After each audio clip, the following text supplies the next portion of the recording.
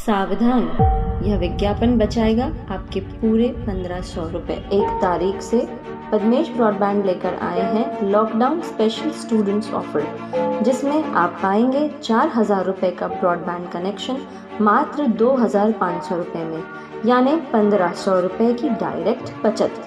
जी हाँ, बिल्कुल सही सुना आपने, 1500 रुपए की सीधी बचत। साथ ही पाए एक स्पेशल सरप्राइज, यानी लॉकडाउन में भी स्टूडेंट्स जारी रख सकेंगे अपनी ऑनलाइन क्लासेस और इंटरनेट से जुड़ी अन्य गतिविधियाँ, जैसे entertainment, net surfing, chatting, high speed video uploading and downloading और बहुत कुछ, वो भी मात्र 2500 रुपये के इंस्टॉलेशन चार्जेस पर। साथ ही पाएँ 6 महीने के रिचार्ज पर 1 महीने का रिचार्ज फ्री और 10 महीने के रिचार्ज पर 2 महीने का रिचार्ज फ्री।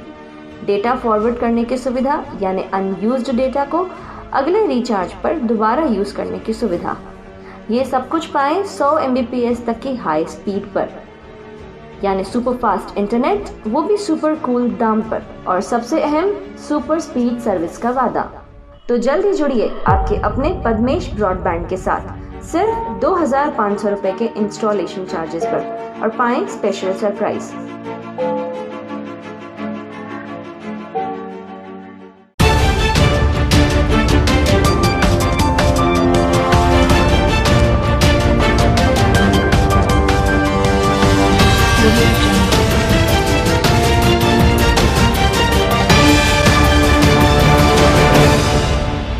नमस्कार, पद्मेश 24/7 में आपका स्वागत है। चलिए बुलेटिन की शुरुआत करते हैं हेडलाइन से।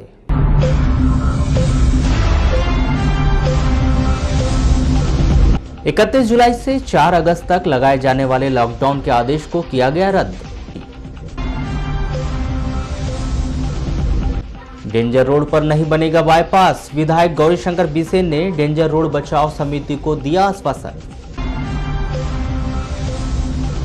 3 ब्लॉक के शिक्षकों को 3 महीने से नहीं मिला वेतन, जिला शिक्षा अधिकारी को बताई परेशानी। कोरोना मरीज बताकर गोंदिया से एक व्यक्ति को लौटाया वापस, जिला अस्पताल में इलाज के दौरान हुई मौत, रिपोर्ट आई नेगेटिव। और जेल में बंदियों को उनकी बहनें नहीं बांध पाएगी राखी, कोरोना की वजह से लगाया गया प्रतिबंध।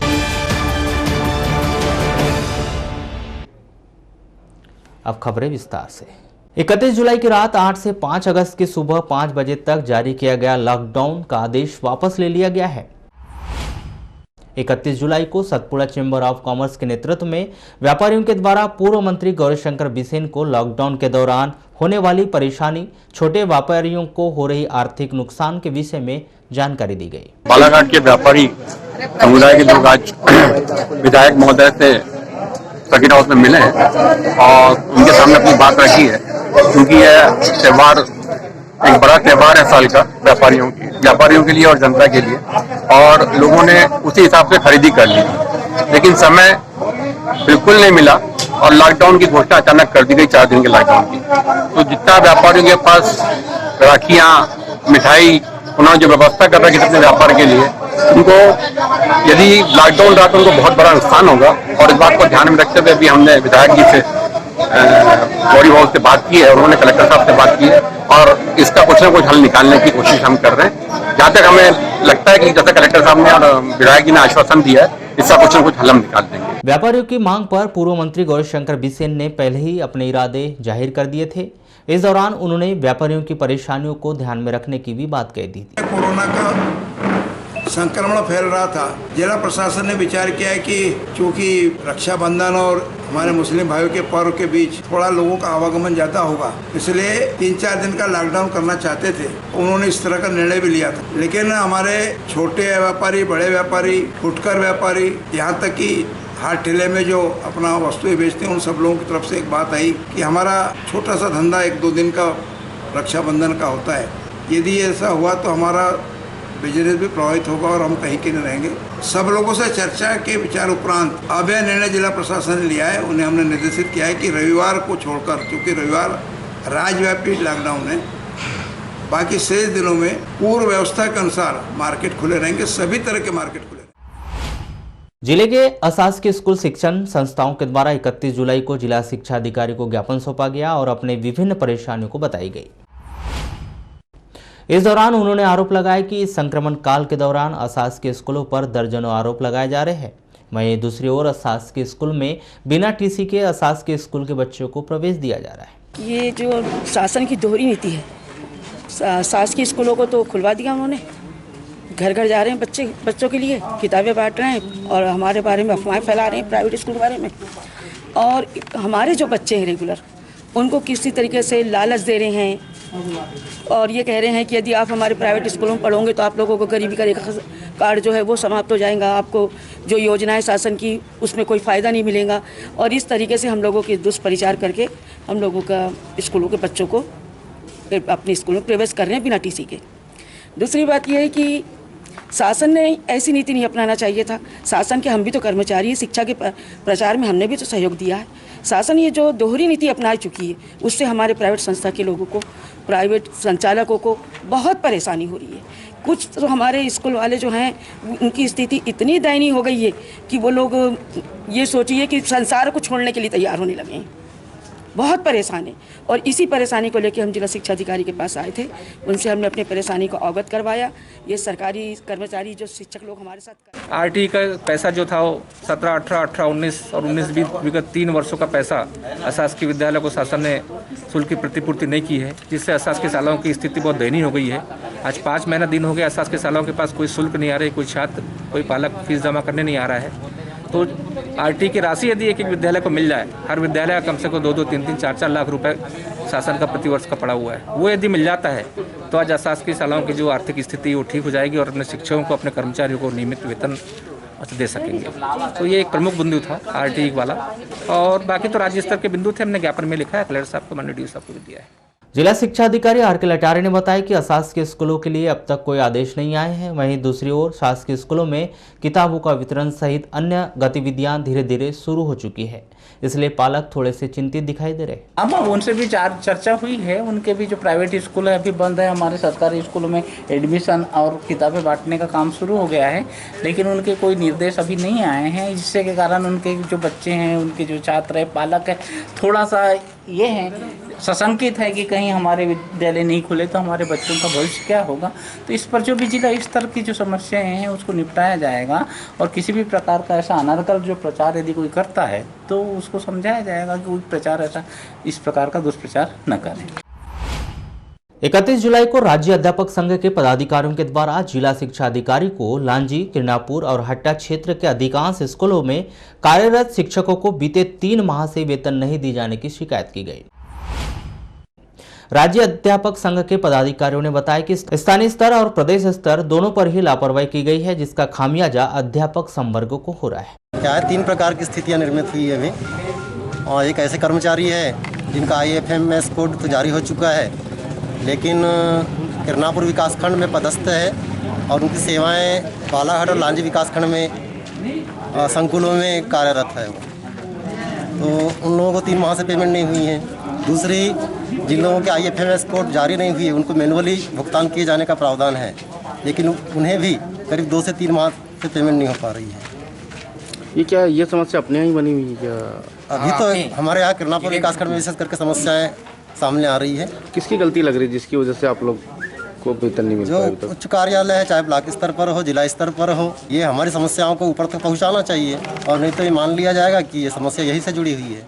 क्या किरनापुर में और लांजी, ये 2 ब्लॉक और हट्टा साइड के हमारे जो अध्यापक साथी हैं, जिनका विगत पिछले 3 माह से वेतन नहीं हुआ है और शासन की कुछ गलतियां हैं, कुछ गलती हमारी जिला स्तर से है, कुछ गलती ब्लॉक स्तर से, कि कर्मचारी अधिकारी जो हमारे ऑफिशियल जो लिपिकी वर्ग है वो भी इंटरेस्ट ले रहा है, जिसके कारण से इनकी 3 माह की वेतन नहीं हो पाई है। इस संबंध में हम जिला शिक्षा अधिकारी महोदय से भी चर्चा कर रहे हैं, ट्रेजरी के अधिकारी से भी वार्ता होगी, इस समस्या का हल निकालेंगे कि इनकी 3 माह की वेतन इन्हें मिले। कोरोना काल में भारी संकट से गुजर रहे हैं हमारे साथी, सबको आर्थिक समस्या का सामना करना पड़ रहा है। नहीं होता साहब, इस साहब चर्चा करते, नहीं होता तो आगामी ये है कि अब यहाँ ही आकर के पूरा परिवार सहित बैठेंगे जिला शिक्षा अधिकारी कार्यालय के सामने। 250-300 लोग हैं हमारे जिनको वेतन नहीं हुई है। जिला शिक्षा अधिकारी आर के लटारे ने बताया कि तकनीकी परेशानी की वजह से यह समस्या हुई है, जल्द ही इसका निराकरण हो जाएगा। देखिए वो क्या है कि वो IFMS का कुछ प्रॉब्लम है टेक्निकली, कि जो जुलाई में जो जिनका एम्प्लॉय कोड आया है उनका इंक्रीमेंट जुड़कर आया है, लेकिन हम चाहते हैं कि उनकी मई और जून की तनख्वाह निकल जाए बिना इंक्रीमेंट के। तो जो सॉल्यूशन होगा, हमने उप कोषालय अधिकारी को भी यहाँ चर्चा के लिए बुलाया है और BO ब्लॉक के जो हमारे अकाउंटेंट हैं उनको भी बुलाया है, और अभी जो समस्या होगी उसका निराकरण हम कर रहे हैं। बीते एक पखवाड़े से शहर के साथ साथ जिले भर में चर्चा का मुख्य विषय बन चुके गर्रा से जागपुर घाट के मध्य डेंजर रोड पर बाईपास बनाए जाने के मुद्दे पर 31 जुलाई को आखिरकार विधायक गौरीशंकर बिसेन के साथ डेंजर रोड बचाव समिति की बैठक में विराम लग गया। बैठक के दौरान पूर्व मंत्री और बालाघाट के विधायक गौरीशंकर बिसेन ने बताया कि बालाघाट की जनमानस की भावनाओं को ध्यान में रखते हुए विचार किया गया है कि उनके द्वारा जिला प्रशासन को इस बात से अवगत करा दिया गया है कि डेंजर रोड का चौड़ीकरण हो या न हो, लेकिन पेड़ नहीं काटे जाएंगे। बालाघाट जिला प्रशासन द्वारा डेंजर रोड के चौड़ीकरण का विचार था और वन विभाग से सैद्धांतिक सहमति भी उन्होंने प्राप्त कर ली, लेकिन हमारे बालाघाट के जनमानस का यह सामूहिक सुझाव निकला कि हमारा बालाघाट हरा भरा रहे और डेंजर रोड हमारी इस सौंदर्यता को मजबूत करने का हमारा एक माध्यम भी है और सुदृढ़ता भी उसमें है। इसलिए वहाँ के यदि कुछ हरे भरे पौधे कटते हैं, पेड़ कटते हैं, तो कहीं ना कहीं हमारी हरियाली प्रभावित होगी। सभी हमारे वनस्पति प्रेमियों ने इस पर विचार किया। मैं चूँकि भोपाल में था, मेरे सामने विषय आया, मैंने जिला प्रशासन से बात की और हमने जिला प्रशासन को अपने निर्णय से अवगत करा दिया है कि डेंजर रोड का चौड़ीकरण हो अथवा न हो, लेकिन हम हरियाली के साथ में किसी तरह का समझौता नहीं करेंगे और वहाँ के वृक्ष नहीं कटेंगे। जिला प्रशासन ने भी हमारी बात को गंभीरता से लिया। हमारे कलेक्टर ने भी अपने प्रस्ताव को वापस लेने की बात कही। हालांकि इस दौरान पूर्व मंत्री गौरीशंकर बिसेन ने यह भी स्पष्ट कर दिया कि बालाघाट के लिए लंबे समय से रिंग रोड की मांग रही है, वह भी पूरी की जाएगी। इसलिए उन्होंने पूरी योजना कुछ इस तरह से बताई। बालाघाट को रिंग रोड की आवश्यकता है, निसंदेह रिंग रोड बनेगी। सिवनी से बालाघाट जो हमारा राजमार्ग है वो राष्ट्रीय राजमार्ग के लिए प्रस्तावित है और रजेगांव से नैनपुर मंडला राजमार्ग को राष्ट्रीय राजमार्ग का क्रमांक भी मिल चुका है। भारत सरकार के भूतल परिवहन मंत्री गडकरी साहब से मैं मिला था, अनेक दौरों की हमारी बातचीत हुई है। हमारे सांसद जी भी उस बातचीत में हमारे साथ रहें। हमारा प्रयास है कि सिवनी से बालाघाट NH जो प्रस्तावित है को स्वीकृति मिले, उसका कार्य हो और उसी में रिंग रोड भी समाहित होगी। बगैर रिंग रोड के बालाघाट का जो ट्रैफिक प्रभाव है, दबाव है, वो कम नहीं हो सकेगा। उसके लिए हम सब लोग प्रयत्नशील लगे भी हैं और हमें उसमें सफलता भी मिलेगी। इसी के साथ साथ वैसे तो 4 हमारे मार्ग हैं जहाँ पर रेलवे क्रॉसिंग होती है, लेकिन मूल रूप से हनुमान चौक से लेकर जो हमारा सरेखा वाला मार्ग है, यहाँ पे आवागमन अधिक है। इस स्थान को प्रथम प्राथमिकता पर लेने का विचार हुआ है। रेलवे मंत्रालय ने, जैसा कि उनके नियमों में प्रावधान है, 50% राशि भारत सरकार रेल मंत्रालय द्वारा मिलती है। 40 करोड़ रुपए की सहमति उन्होंने विगत वर्षों में दे चुका है। बैठक के बाद डेंजर रोड बचाव समिति के अध्यक्ष और सचिव के साथ साथ इस पर्यावरण को बचाने के लिए सहयोग करने वाले सभी सदस्यों के चेहरे पर खुशी साफ देखी जा रही थी। तो आज जैसे हम भाऊ के पास पहुंचे और अपनी बात को रखे, तो उन्होंने शहर से स्वीकार किया कि डेंजर रोड का लगाव या डेंजर रोड से मेरी भी भावनाएं जुड़ी हुई है और वहाँ जो बाईपास बनने वाला है वो एक परमानेंट हल नहीं है शहर के लिए। तो इसके चलते में वहाँ जो तात्कालिक व्यवस्था है, तो तात्कालिक व्यवस्था के लिए इतनी अधिक संख्या में पेड़ काटना सही में उन्होंने माना कि बहुत ही चिंताजनक और दुखदायक है। तो उन्होंने कहा है कि मेरी जिला प्रशासन से चर्चा हुई है और चूँकि रिंग रोड का काम बहुत ही जल्दी बालाघाट में प्रारंभ होना है, तो उन्होंने बताया कि डेंजर रोड के पेड़ों को काटने का कोई औचित्य नहीं है और उन्होंने सार्वजनिक रूप से ये घोषणा की कि अब डेंजर रोड के वृक्ष का कोई पौधा भी नहीं काटा जाएगा और उसको उसी रूप में व्यवस्थित रख करके वहाँ पे पर्यटकों के लिए एक अवसर खोजे जाएंगे। ऐसी घोषणा उन्होंने आज सबके समक्ष की। जिस प्रकार से कई दिनों से सोशल मीडिया में, न्यूज़पेपर्स में ये बात चलती आ रही है कि सेव द डेंजर रोड, आज चर्चा के दौरान यह निष्कर्ष निकला कि बालाघाट जिले में कि डेंजर रोड में जो जितने भी वृक्ष हैं वो काटे नहीं जाएंगे। हमारे प्रिय नेता गौरीशंकर बिसेन जी ने ये कहा कि जनमानस की भावना को देखते हुए मैं भी उनके साथ में हूँ और मात्र चौड़ीकरण का प्रस्ताव था जो आवश्यकता अनुसार किया जाएगा और भविष्य में रिंग रोड की ज़रूरत है उसको पूरा किया जाएगा। और इस प्रकार से आज उन्होंने बालाघाट की जनता के अनुरूप उनकी मन की भावना को जानते हुए अपना वक्तव्य दिया जो काफ़ी सराहनीय है और प्रशंसनीय है। मैं सभी नागरिकों से अपील करता हूं कि ऐसे नेता बालाघाट में न तो पहले कभी हुए हैं न आएंगे और आज हम उनकी भावनाओं का आदर करते हुए उनके इस निर्णय की प्रशंसा करते हैं। और जिस प्रकार से डेंजर रोड बचाओ समिति के आह्वान पे जो मिशन तैयार किया गया था वो आज उनके कारण सफल प्रतीत हुआ। लांजी तहसील के पापड़ी निवासी एक व्यक्ति रामप्रसाद लिल्लारे उम्र 55 वर्ष की तबीयत खराब होने पर उन्हें परिजन इलाज के लिए गोंदिया लेकर गए थे, जहां पर उनका कोविड टेस्ट कराया गया और उन्हें पॉजिटिव बताते हुए बालाघाट ले जाने की सलाह दी गई।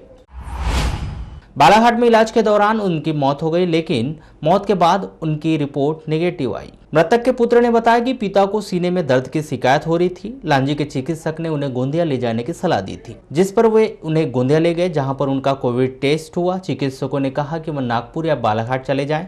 उनकी सलाह पर ही वे बालाघाट आए, जहां पर चिकित्सकों ने उन्हें उचित इलाज दिया और उनका कोविड टेस्ट करवाया। रिपोर्ट तो निगेटिव आई, लेकिन पिता की इस बीच में मौत हो गई। तो डॉक्टर साहब ने बोल दिया गोंदिया भर्ती कर लो। अपन सीधा गोंदिया में KMJ हॉस्पिटल गए, अमित जायसवाल सर क्या उनने भर्ती कर लिए। उनने 24 घंटे में जो ये था टेस्ट वेस्ट किए, फिर इलाज किया, फिर ये फेफड़े की CT स्कैन करने भेजे। फिर फेफड़े में कुछ थोड़ा इन्फेक्शन लगा है, अब उनको कहा का कोविड का है कि कुछ का है, इसलिए उनने बोले आप KTS ले जा लो। KTS में फिर कोविड का टेस्ट हुआ, उसके बाद फिर वापस वहीं लाए। फिर वहाँ से बोले आप डिस्चार्ज कर लो, अब नागपुर नहीं तो बालाघाट ले जा लो, ऐसा बोले। तो अपन ने बालाघाट लाए। तो उनको दम की शिकायत ज्यादा हो गई थी नाइट में, 4:30 मॉर्निंग। दूरभाष पर चर्चा के दौरान मुख्य चिकित्सा एवं स्वास्थ्य अधिकारी डॉक्टर मनोज पांडे ने बताया कि मृतक व्यक्ति इलाज के लिए गोंदिया गया था, वहां से बालाघाट लाया गया, जहां पर उसका कोविड टेस्ट नेगेटिव आया है, लेकिन इलाज के दौरान उसकी मौत हो गई। जिले के दिव्यांगों की सुविधा को ध्यान में रखते हुए शासन के निर्देश के तहत जिला पंचायत की मदद से दिव्यांगों को ट्राईसाइकिल का वितरण किया जाना था, लेकिन यह प्रक्रिया काफी लंबे समय से धीमी रफ्तार से संचालित की जा रही है, जिसके कारण दिव्यांगों को काफी दिक्कतों का सामना करना पड़ रहा है। काफी ऐसे दिव्यांग हैं जिन्होंने 6 माह पूर्व ही ट्राईसाइकिल के लिए आवेदन किया था, लेकिन अब तक उन्हें ट्राईसाइकिल का वितरण नहीं किया गया है। इसके अलावा अन्य आवश्यक उपकरणों के लिए भी दिव्यांगों को परेशान होना पड़ रहा है। भरेवेली निवासी मंसूर अली ने बताया कि उसने 6 महीने पहले ट्राईसाइकिल के लिए जिला प्रशासन को आवेदन दिया था, लेकिन अब तक उसे साइकिल नहीं मिल पाई। नहीं, शासन प्रशासन के पास मैं पंचायत में 1-2 बार गया। पंचायत की तरफ से मेरे को पेंशन दिया जाता है, बाकी और किसी से कोई वो नहीं है। एक तो अगर बैटरी वाली साइकिल मिल जाती तो बड़ी मेहरबानी होती कलेक्टर महोदय की, क्योंकि मैंने आवेदन दिया हूँ। कितने महीने हो गए आवेदन? मार्च के महीने पे मैंने आवेदन दिया था। तो अभी तक नहीं मिल पाई?